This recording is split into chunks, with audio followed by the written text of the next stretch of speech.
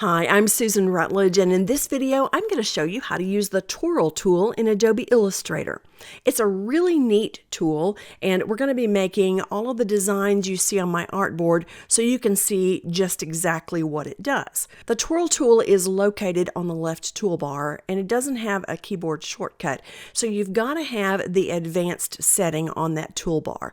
If you don't see all of the tools on your screen that I have on mine, then come down to the bottom of your toolbar and click on this little ellipsis, and that'll open up a flyout menu, and come to the top right corner of it, click on the icon and just choose advanced instead of basic, and that'll give you what you need. The Twirl tool is actually hiding it behind the width tool, and this is what the width tool looks like. It is a cool tool as well. I have a couple of tutorials which I'm going to link at the top of the screen, and you might want to check those out next. But when I press and hold on the width tool, it brings a flyout menu, and I can come over to the right and choose the Twirl tool. So whether it's an open path that's been created with the line segment tool or the pen or the pencil or the paintbrush tool, or whether it's a closed path like a rectangle or an ellipse, the Twirl tool can be used on any of these. And I'm not crazy about using it on fonts, but if you want to give it a try,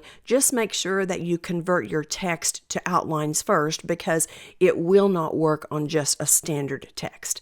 I'm going to move over to a different document, and we'll talk about how the Twirl tool works. I have the tool active, and my line segment here is selected. I'm going to place my cursor on the path and just click down and hold, and here is my twirl. Now the twirl is measured in two different ways. The first way is just basically by the size of the brush head.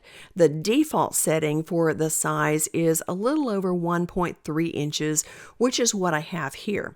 And the other thing to know is that wherever you place your cursor, that's going to be the center of the twirl. So watch where I place my cursor, and I'm going to press down, and you can see the center is right where I started that twirl. Now the other way that a twirl is measured is by its intensity, and basically that just means how many circulations are in that twist. So the longer that I hold my mouse down, the more intense my twirl is going to be, or the more circulations that I'm going to have. The other thing is that by default, the twirl is always going to go counterclockwise. So here we see it's moving counterclockwise. But I can change any of these settings. I'm going to delete this lower line, and I'll get the selection tool, keyboard shortcut V, and select this line segment, and then we'll get that tool back again. If you want to make your twirl larger or smaller, hold down the Shift and the Option keys and drag out or drag in. I'm going to go ahead and drag out. I'll bring the tool up to the stroke, and I'm going to press down with my mouse, and I have an instant twirl. And you can see that the twirl is about the same size as the brush head. Then, if you want to change the size and the shape, you can do that as well. I'm going to make this smaller first, so I'm going to hold the Shift and the Option keys down, and we'll make it smaller. And then I'm going to hold down just the Option key, and I'm going to drag down, and that gives me an oval shape. And I'll click here on the stroke, and that gives me an oval twirl. And then I'll hold down the Option key again and drag to the right, and I'll come and click here, and I have a wide oval. I'll get the selection tool, keyboard shortcut V, and click on the artboard to deselect the line, and you see that these weird shaped twirls are not nearly as uniform or pretty as the round one, but there's still a use for them. If you're making some roses, these would make a nice center for your rose, and it's not completely uniform, so they look a little bit more natural. You can also change the direction of the twirl, and you might want to do that if you're adding a twirl to both ends of an open path. So let's get the line segment tool, keyboard shortcut \, and I'll hold the Shift key down and drag out a line segment, and then I'll get the Twirl tool, and we're going to try to get this back to somewhat of a round brush. I'll hold the Option key down, and I think that looks pretty good. Now I'm going to come over here, and I'll do one regular twirl, and then I'm going to come to the other side, and after it starts, I'm going to hold down the Option key. So I start it, and then I hit the Option key, and you can see that now I have twirls going in both directions. So to change the direction of the twirl, you start the twirl and then immediately press down the Option key to finish the twirl, and it's going to go clockwise instead of counterclockwise. Now to make detailed changes, you need to open the Twirl Tool dialog box, and you do that by double-clicking the twirl icon in the toolbar, and here you have a number of choices. The global brush dimensions are where you can change the size. So you can be very specific and say, I want a 1 inch wide brush, and then press the Tab key, and I want it to be 1 inch high. You can change the angle of the brush, and you can change the intensity here. What you saw was the default, so we already know what that does. I'm going to lower the intensity to 35%, and let's just say OK, and we'll press here. And by changing the intensity, I slowed down the twirling a little bit, and I actually have a smoother twirl here. All right, let's double click on the icon again and look at the rest of this. The twirl rate is set to 40%. I don't see much of a difference when I change detail and simplify, so I just leave those alone. But this next box is one you always need to have turned on, and that is show brush size. If this is turned off, you're not going to be able to see the head of the brush, and you won't be able to see how big the twirl is going to be. And then if you want to go back to the way things were when you started, all you have to do is press the reset button. Because these are global changes, Illustrator is going to remember what these settings are until you come back and change them again. So I'm going to just say OK, and I have now a 1 inch head on my Twirl tool. So I'm going to get the selection tool, keyboard shortcut V, and delete all of these. And then I'm going to make the objects that you saw on my artboard. For the first one, I'll get the rectangle tool, keyboard shortcut M, and click on the artboard to open the rectangle dialog box. I'm going to type in 14 inches for the width, tab down and type in 9 inches for the height, and then say OK. I'll get the selection tool, keyboard shortcut V, and I'm going to move this rectangle to the center of the artboard. And then I want to round the corners, so I'm going to get the direct selection tool, keyboard shortcut A, and then I can drag on any handle, and because all 4 corners are selected, they're all going to move the same distance. So I'm going to drag the handle to 1.5 inches, and there we go, and then I'll release my mouse, and now I'm going to get the Twirl tool. And we already set the Twirl tool to 1 inch, and it was a global change, so Illustrator is going to remember that. I'll bring my Twirl tool over and center it in the corner as best I can. I'm just eyeballing this. And I've learned that if I count when I'm trying to make several twirls that are the same size, it helps me to keep them uniform. So as I press down, I'm going to count 1, 2, 3, 1, 2, 3, 1, 2, 3, 1, 2, 3. That one's a little more intense. I'm going to undo that. Keyboard shortcut Command Z, and we'll try it again. 1, 2, 3. That's a little better. Now I'm going to give this a fill color of yellow. I'll click on the artboard to close the color palette, and I'm going to come up to Object, Path, Offset Path, and I'm going to offset this minus 1/2 inch, so minus 0.5 inches, and say OK. Now I have a new object that is a 1/2 inch offset inside that previous object. I'm going to change its fill color to white, and then I'm going to actually apply a pattern brush to it. So I'll come over to the brushes panel, and I'll choose the circles, and I'll change that color to blue, and this is going to be our little frame for our designs. I don't want this to move around while I'm working on other designs in front of it, so I'm going to go to the layers panel and I'll twirl this open. I'm going to lock the offset path, and I'm going to lock the yellow path. And if you're not using the layers panel right now, check out my tutorial which shows you how to organize your work in layers, how to move things around and prioritize them in layers. For the next design, I'm going to get the Ellipse tool, keyboard shortcut L, and I'll click on the artboard to open the Ellipse dialog box. I'm going to add a circle, so I'll type in 6 for the width, tab down, and type in 6 for the height, and say OK, and then get the selection tool, keyboard shortcut V, and drag my circle over here to the center of the artboard. And I'm going to apply a pattern brush to the circle. So I'll come over to the brushes panel and choose the leaf pattern brush and go to the properties panel, and I want this to be green. I'm going to add a twirl in between each of the sets of leaves, so I'll get my twirl tool, and it's still set at 1 inch, which is the size that I want.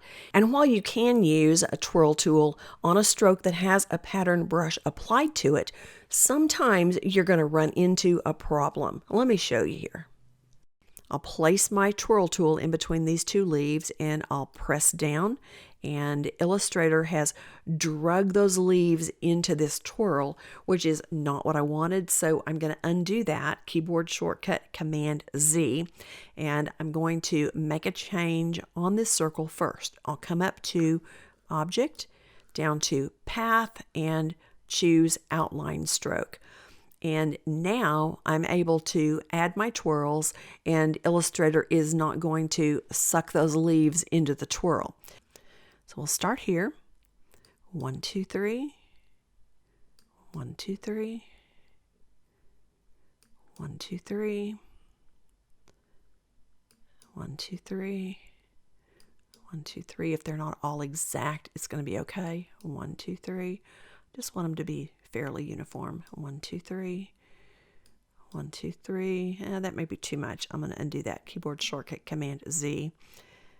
1, 2, 3.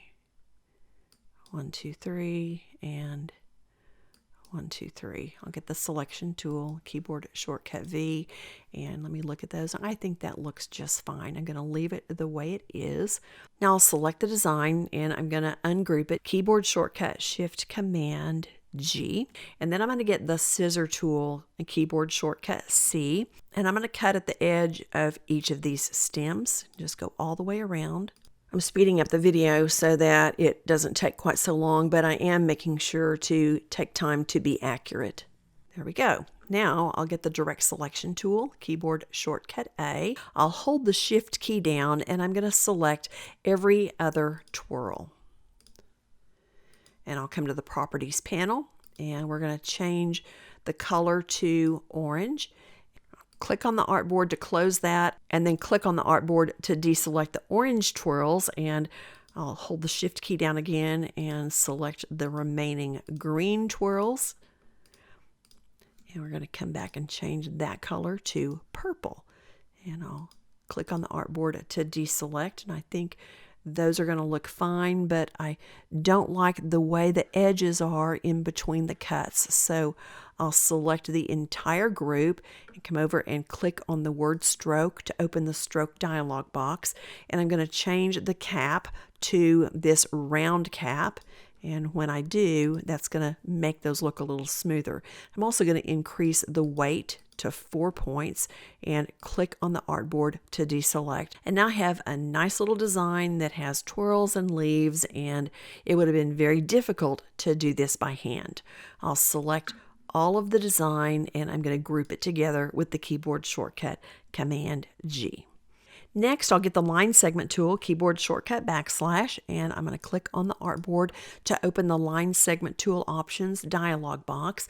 I'm going to choose 3 inches for the length. I want this to be 90 degrees, and I'll say OK.